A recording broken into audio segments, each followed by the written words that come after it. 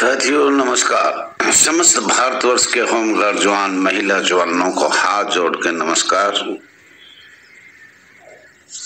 साथियों मैं कह रहा हूं, कल मेरे से 28 तारीख को कोई गलती हो गई थी। जो आम सभा जनरल मीटिंग जंतर मंतर नई दिल्ली की जा रही है वो 16 दिसंबर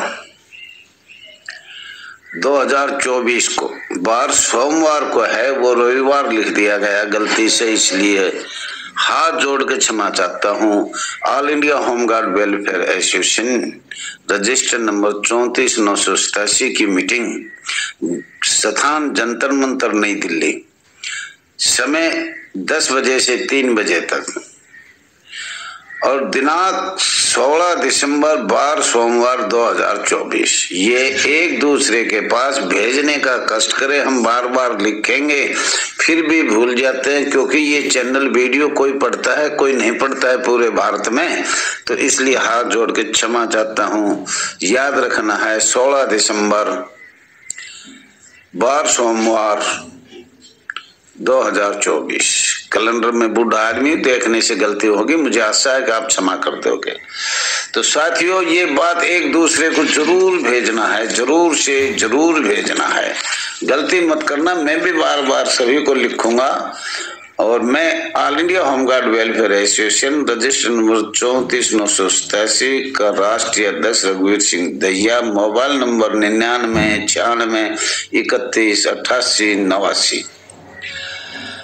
चलो साथियों, ये आपका अपना चैनल है RS दहिया एक्स होमगार्ड में स्वागत है। जो लोग लाइक कर रहे हैं, शेयर कर रहे हैं, कमेंट कर रहे हैं, सब्सक्राइब कर रहे हैं, उनका बहुत बहुत आभार व्यक्त करता हूँ। और मैं चाहता हूँ शीघ्र ही आपको एक कर्मचारी का दर्जा तो मिल ही जाएगा और आगे हमारा संघर्ष चलता रहेगा। और हम तो मांगेंगे अर्धसैनिक बल, पैरामिलिट्री फोर्स, और यही हम देंगे। लेकिन कुछ बात मैं बता रहा हूं जो मैं कह जाता हूँ। All India home guard welfare association जो 16 तारीख को ज्ञापन देगी उसके बारे में बात करेंगे, प्रमाण सहित भेजेंगे। लेकिन उसमें कुछ बिंदु, कुछ यूजर के बिंदु बता रहा हूं। साथियों आज दिनांक 29 नवंबर 2024 को मैं ये बता रहा हूँ 16 दिसंबर बार सोमवार को सन 2024 को जंतर मंतर नई दिल्ली मीटिंग है, समय 10 बजे से 3 बजे तक, दिनांक 16 नवंबर बार सोमवार 2024, स्थान जंतर मंतर नई दिल्ली। एक योजना लिखा है संस्था का नाम बदलने पर। साथियों संस्था का नाम तो बदला ही नहीं जा सकता, किसी भी कारण से नहीं बदला जा सकता। अभी बदला जाएगा लेकिन अभी नहीं बदला जाएगा। डिफेंस ऑफ एक्ट इंडिया 1915, ये डिफेंस एक्ट है, इसके अधीन काम कर रहे हैं हम। Defence act of India 1935, defence of India act 1962 माननीय गृह मंत्रालय भारत सरकार के अधीन है। और संविधान में भी संशोधन करना या कोई भी संशोधन करना वो हमारी संस्था का कार्य भारत सरकार का है। शक्तियां हैं, केंद्र सरकार के पास पूरी शक्तियां हैं। और यहाँ हो सकता है मैं थोड़ा घोल मोल के बताऊं, क्यों ज्यादा लीडर बन जाएंगे सब अपोजिशन वाले, इसको जब उठाएंगे, तो इसलिए थोड़ा सा लिखेंगे, जब बिल्कुल खोल के लिखेंगे। कंप्यूटर में एक अक्षर नहीं छोड़ा जाएगा, कोई गलती से छूट जाए तो पता नहीं। एक यूजर ने लिखा है कि राज्य कर्मचारी का दर्जा कैसे दिया जा सकता है। मतलब उसको लिखा है, कल ही लेटर आया है, उसका नाम नहीं लेंगे, वो बड़ा नेता है और पता नहीं किसने भेजा है, नाम उसका है। तो वो कह रहा है कि भाई राज्य कर्मचारी का दर्जा दिया जाए। साथियों हम आपको बार बार बता रहे हैं, राज्य कर्मचारी का दर्जा कैसे दिया जा सकता है जब तक माननीय गृह मंत्रालय के अधीन एवं राज्य सरकार भारत सरकार को राज्य अपने राज्य में विधानसभा में लिखित अपना प्रस्ताव पास करके भेजे।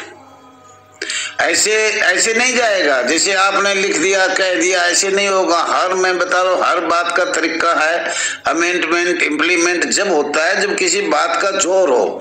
आपकी राज्य सरकार तो अपने विधानसभा में कोई 2 अक्षर भी लिखना नहीं चाहती।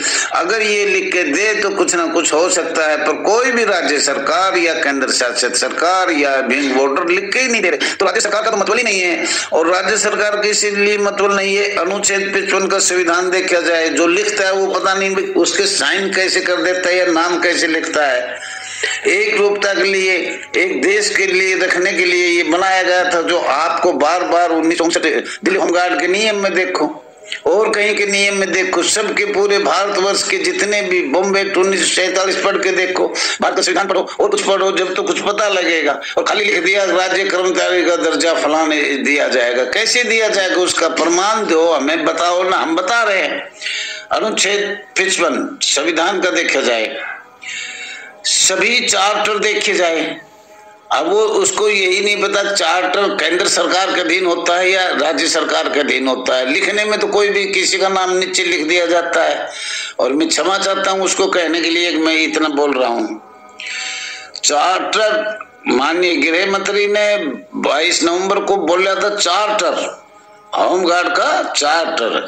तो ये होमगार्ड का चार्टर देखा जाए 1833 1853, नगर सैन्य गृह रक्षक होमगार्ड गृह रक्षा वाहिनी केंद्रीय शासित प्रदेश दिल्ली पांडिचेरी, प्रदेश होमगार्ड विंग बॉर्डर होमगार्ड केंद्र शासित होमगार्ड। पढ़ने की कृपा करें,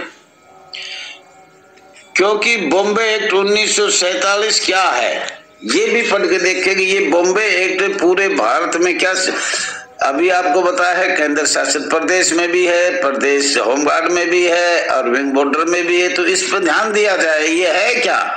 लेकिन लिखने को तो कोई कुछ भी लिख सकता है जी, ये मेरे बस की बात नहीं है। हमने 2020-21 से 2024 तक जो मैं बोल रहा हूँ वो सब लेटर भेज रखे हैं भारत सरकार को, और अब तीसरी बार भेजे, चौथी बार भेजे जाएंगे। एक एक अक्षर बता सकता हूँ, कोई आके देख सकता है।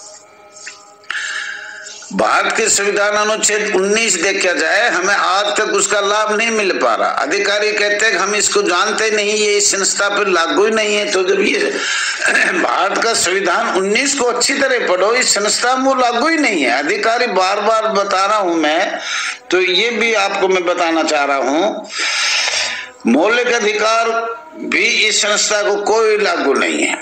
कोई मतलब मौलिक अधिकार की बात कर ही नहीं सकते। और न कोई सुनता है, न सरकार सुन रही, न राज्य सरकार सुन रही, न भारत सरकार सुन। मानवाधिकार का भी संस्था को कोई अधिकार नहीं है। 2011 की रिपोर्ट पढ़ के देख लेना, साफ साफ लिखा है, पर कोई अधिकार नहीं दिया गया। माननीय सर्वोच्च न्यायालय एवं माननीय हाई कोर्ट का फैसला, माननीय कमांडेंट एवं जिला कमांडेंट, माननीय पुलिस अधिकारी एवं माननीय होमगार्ड डीजी कोई मान्य नहीं करता है, मान्य ही नहीं करते हैं। बहाली हो, वेतन हो, कोई भी कुछ हो, बार बार सब। हम कितनी साल से 2015 नहीं, उससे 2003 में भी समान कार्य समान वेतन आया था, और माननीय सुप्रीम कोर्ट का आदेश है। लेकिन लागू कब हुआ है? 2016 में। और ये बार बार आया माननीय सुप्रीम कोर्ट का फैसला, पर नहीं किया सरकार ने, क्योंकि हमारी एकता नहीं है। एकता के कारण है ना, हम आपको और भी पुराना दिखा देंगे जो माननीय सुप्रीम कोर्ट ने समान कार्य समान वेतन किया था। और साथियों, बहाली का फैसला, कई कमांडेंट मेरिट में माननीय हाई कोर्ट का फैसला, 4 आदमियों को हुआ, 2 ड्यूटी मिल, 2 नहीं हुई। तो यहाँ भी अधिकारी ऐसे करते हैं, विभाग के होमगार्ड के अधिकारी, पुलिस अधिकारी, जो मोटे पैसे देगा उसको बहाली कर लेता है ना। होमगार्ड के जवानों को, महिला जवानों को माननीय हाई कोर्ट और सुप्रीम कोर्ट का फैसला मान्य ही नहीं कर रहे। तो ये बहुत बड़ी बात है साथियों। 24 जून 1968 संख्या 27, जो केंद्र सरकार के आदेश द्वारा बिंदु 14 पर लिखा हुआ है, जब कोई आदेश अनुरूप सरकार नहीं कर देती, जब तक न्यायालय उसका फैसला मान्य नहीं होगा। ये आपको लिखित देंगे हम बिंदु 14 को जो सरकार ने बनाया था। तो साथियों, ये आपको हम वो बात बता रहे हैं जो आपको शायद जंतर मंतर भी नहीं बता पाएंगे, समय भी कम है, और इसको खोल के बताएंगे हम सरकार को, तो खोल के लिखेंगे। पहले भी लिखा था हमने, कई पेज का ज्ञापन बनाया था। इस संस्था पर सामाजिक कार्यकर्ता अंतरराष्ट्रीय कानून लागू है एवं श्रम कानून 1966 में लागू है। जब तक श्रमसेवक शब्द समाप्त कैसे हो जाएगा, जब तक ये पहले जो हमारी संस्था पे माननीय भारत सरकार को लगा रखे हैं, माननीय केंद्र सरकार की शक्तियां हैं, जब तक इन पे संशोधन नहीं होगा, जब तक श्रमसेवक शब्द समाप्त ही नहीं हो सकता। राज्य सरकार कर्मचारी का दर्जा तो कैसे मिलेगा, केंद्र सरकार के अधीन है, ये आपको पहले ही बता दिया। डिफेंस ऑफ एक्ट इंडिया पहले से अंग्रेजों ने बना रखा है, उसका मार्शल लॉ कानून पढ़ो, आपातकाल लॉ कानून पढ़ो, तो कुछ बात बन सकती है। साथियों, वैसे आपको ये गुमराह कर रही थी सरकार इतनी सालों से। अब ये थोड़ा सा मोटा मोटा मैं बताता हूँ, मेरा समय भी होगा। कंडम बोर्ड अनेक प्रदेशों में खत्म है। एक वर्ष में 12 दिन की कैजुअल छुट्टी अनेक प्रदेशों में लागू है। 1952 का ईपीएफ फंड जो बनाया गया था जवानों के लिए, वो कई प्रदेशों में लागू हुआ है। अब 1952 कब था ये भी देखो। 1965 में बोनस लागू हुआ था, और वो भी कई प्रदेशों में होमगार्ड संस्था नगर सैनिक में बोनस मिल रहा है साल में।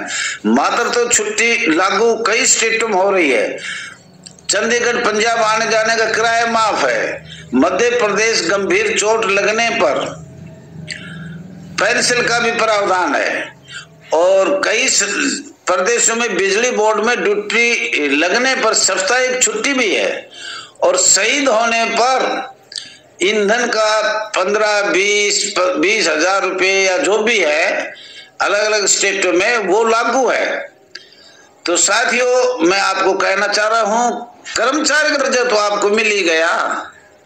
ये उसी को मिलती है शर्तें जब जो अच्छा कार्य करता है। वो स्वयंसेवक कहाँ रह गया, वही फिर स्वयंसेवक का मतलब क्या है? स्वयंसेवक का तो ये स्वयंसेवक को कौन देगा ये इतनी सुविधा? तो ये भारत सरकार से माननीय गृह मंत्री जी से कहता हूँ, ये स्वयंसेवक तो कर्मचारी बन चुका है। आप कागजों में नहीं बना रहे, अधिकारी बनाने ही नहीं दे रहे हैं, आपकी कोई सुनाई ही नहीं है। साथियों, कुछ और भी बात बताना चाह रहा हूं मैं एक बहुत जल्दी।